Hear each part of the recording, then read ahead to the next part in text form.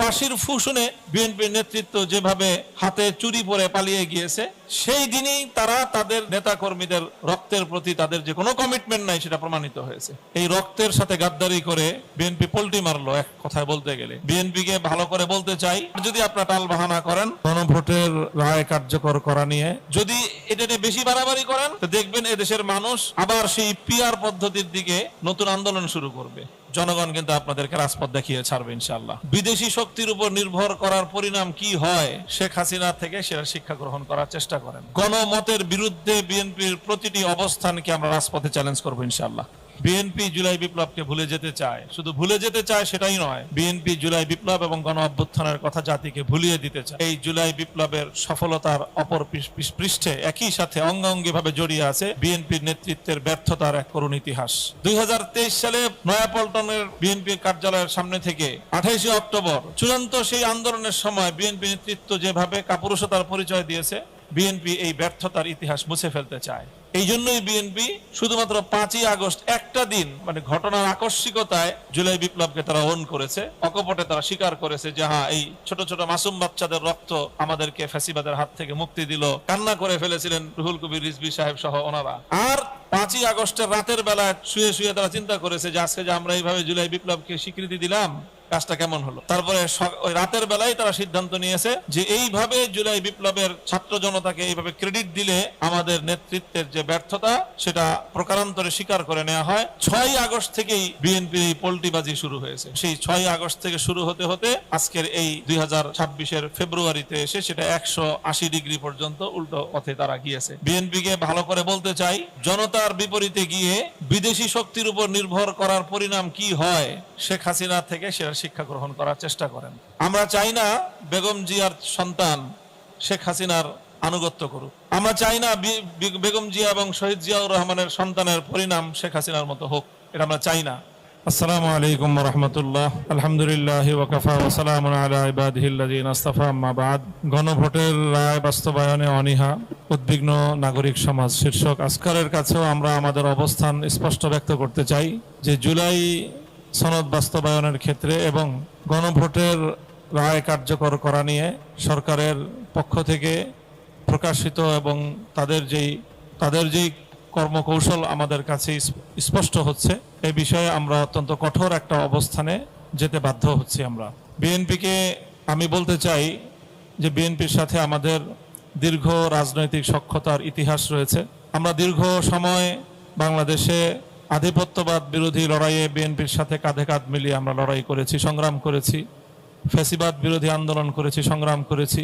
অতীতে আমরা একসাথে জোট করেছি, একসাথে সরকার গঠন করেছি, আমাদের অনেক ইতিহাস রয়েছে। বিগত নির্বাচনেও, এই ত্রয়োদশ সংসদ নির্বাচনকে কেন্দ্র করেও আমাদের দল বাংলাদেশ খেলাফত মজলিস বিএনপির সাথে আমরা সমন্বয় করে একসাথে নির্বাচন করারও চিন্তায় ছিলাম। আমরা একটা দীর্ঘ সময় পর্যন্ত আমরা বিএনপির সাথে জোটবদ্ধ হওয়ার চিন্তাটা পজিটিভভাবেই দেখছিলাম, কিন্তু কেন আমরা সেখান থেকে সম্পূর্ণ বিরোধী একটি অবস্থানে গেলাম সেটা জাতির কাছে আমরা আগেও পরিষ্কার করেছি, আবারও আজকে বলছি।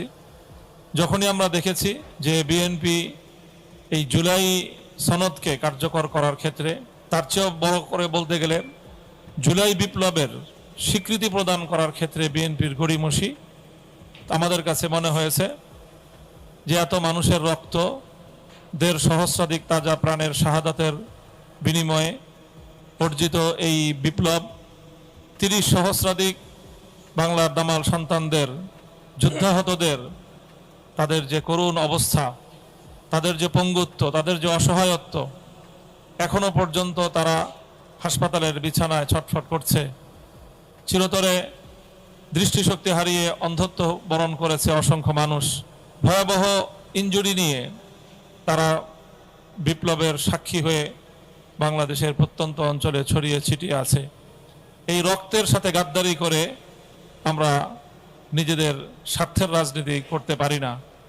এই জায়গাটা থেকেই আমাদেরকে বিএনপির সঙ্গ ত্যাগ করতে হয়েছে। কাজেই আমরা আশঙ্কা করেছিলাম নির্বাচনের আগেই বিএনপি প্রথমে গণভোটে সম্মত ছিল না। গণভোটে সম্মত হয়ে আমরা বলেছিলাম যে গণভোটটা আগে হোক, জাতীয় সংসদ নির্বাচনটা পরে হোক। বিএনপি সেটা নিয়ে মাঠ গরম করলো, সরকারের উপর চাপ প্রয়োগ করলো।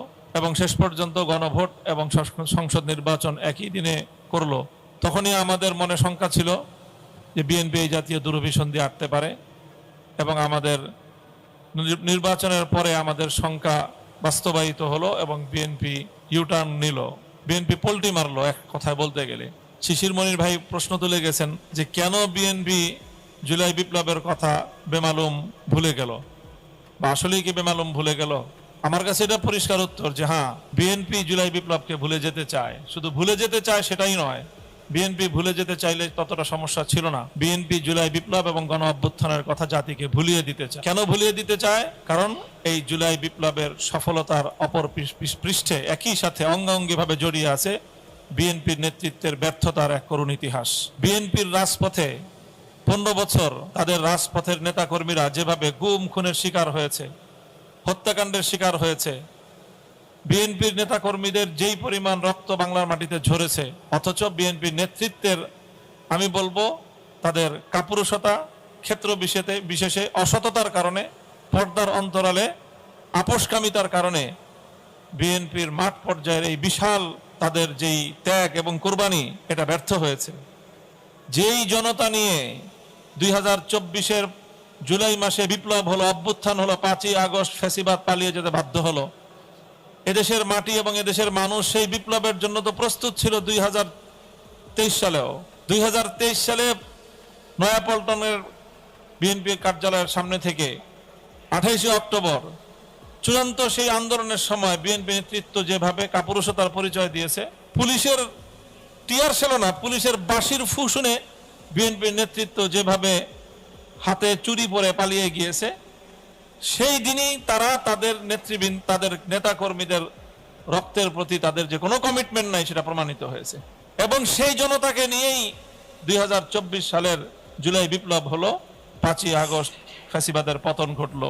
তো কাজী 5ই আগস্টের এই পতনে বিএনপি নেতৃত্বের এই ব্যর্থতার এই চিত্র অত্যন্ত উৎকটভাবে জাতির সামনে প্রমাণিত। বিএনপি এই ব্যর্থতার ইতিহাস মুছে ফেলতে চায়। এই জন্যই বিএনপি শুধুমাত্র 5ই আগস্ট একটা দিন তারা মানে ঘটনার আকস্মিকতায় জুলাই বিপ্লবকে তারা ওন করেছে এবং অকপটে তারা স্বীকার করেছে যে হ্যাঁ, এই ছোট ছোট মাসুম বাচ্চাদের রক্ত আমাদেরকে ফ্যাসিবাদের হাত থেকে মুক্তি দিল।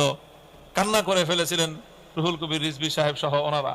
আর 5ই আগস্টের রাতের বেলায় শুয়ে শুয়ে তারা চিন্তা করেছে যে আজকে যে আমরা এইভাবে জুলাই বিপ্লবকে স্বীকৃতি দিলাম, কাজটা কেমন হলো। তারপরে ওই রাতের বেলায় তারা সিদ্ধান্ত নিয়েছে যে এইভাবে জুলাই বিপ্লবের ছাত্র জনতাকে এইভাবে ক্রেডিট দিলে আমাদের নেতৃত্বের যে ব্যর্থতা সেটা প্রকারান্তরে স্বীকার করে নেওয়া হয়। 6ই আগস্ট থেকেই বিএনপি পল্টিবাজি শুরু হয়েছে এবং সেই 6ই আগস্ট থেকে শুরু হতে হতে আজকের এই 2026-এর ফেব্রুয়ারিতে এসে সেটা 180 ডিগ্রি পর্যন্ত উল্টো পথে তারা গিয়েছে। বিএনপিকে ভালো করে বলতে চাই যে জনতার বিপরীতে গিয়ে বিদেশি শক্তির উপর নির্ভর করার পরিণাম কি হয়, শেখ হাসিনা থেকে সেটা শিক্ষা গ্রহণ করার চেষ্টা করেন। আমরা চাই না বেগম জিয়ার সন্তান শেখ হাসিনার আনুগত্য করুক। আমরা চাই না বেগম জিয়া এবং শহীদ জিয়াউর রহমানের সন্তানের পরিণাম শেখ হাসিনার মতো হোক, এটা আমরা চাই না। কাজেই গণভোটের যে রায়, 68% মানুষ গণভোটে হ্যাঁ ভোট দিয়েছে, আর বিএনপি ধানের শীষে ভোট পেয়েছে ইঞ্জিনিয়ারিং এর পরেও 50%-এর কম। তা আপনারা 50%-এর কম জনগণের ম্যান্ডেট নিয়ে 68% জনগণের ম্যান্ডেটের বিরুদ্ধে লড়তে চান, এতটুকু রাজনৈতিক বোধ তো থাকা উচিত। যদি এটা নিয়ে বেশি বাড়াবাড়ি করেন তো দেখবেন এদেশের মানুষ আবার সেই পিআর পদ্ধতির দিকে নতুন আন্দোলন শুরু করবে। 68% মানুষের জনগণের রায়কে আপনার বৃদ্ধাঙ্গুলি প্রদর্শন করার দুঃসাহস দেখাচ্ছেন লেস দেন 50% জনগণের ভোট নিয়ে। আপনার 50% মানুষের ভোটও পান নাই, আপনারা 209টা আসনের গরম দেখান, 2/3 মেজরিটির আপনারা এখানে গরম দেখাচ্ছেন। কাজেই আমরা শহীদ প্রেসিডেন্ট জিয়াউর রহমান, বেগম খালেদা জিয়া আপসহীন, আমরণ আপসহীন নেত্রীর তাদের যেই দলীয় অবস্থান, তাদের যে দলীয় আদর্শ, সেটাকেই আজকের এই বিএনপিকে অনুসরণ করার উদাত্ত আহ্বান জানাবো। এবং আমাদের শেষ কথা হলো এটাই যে গণভোটের রায় কোনো ধরনের চুলচেরা ছাড়াই, এটাকে কোনো ধরনের কাটাছেঁড়া ছাড়া এটাকে অক্ষরে অক্ষরে বাস্তবায়ন করুন। দেশের আমরা বিরোধী পক্ষে যারা রয়েছি, রাষ্ট্র পরিচালনায় আপনাদেরকে সর্বতভাবে সহযোগিতা করব। আর যদি আপনারা টাল বাহানা করেন, আবারও সেই কথাই বলছি, বাঙালিকে হাইকোর্ট দেখাতে গেলে জনগণ কিন্তু আপনাদেরকে রাজপথ দেখিয়ে ছাড়বে ইনশাআল্লাহ।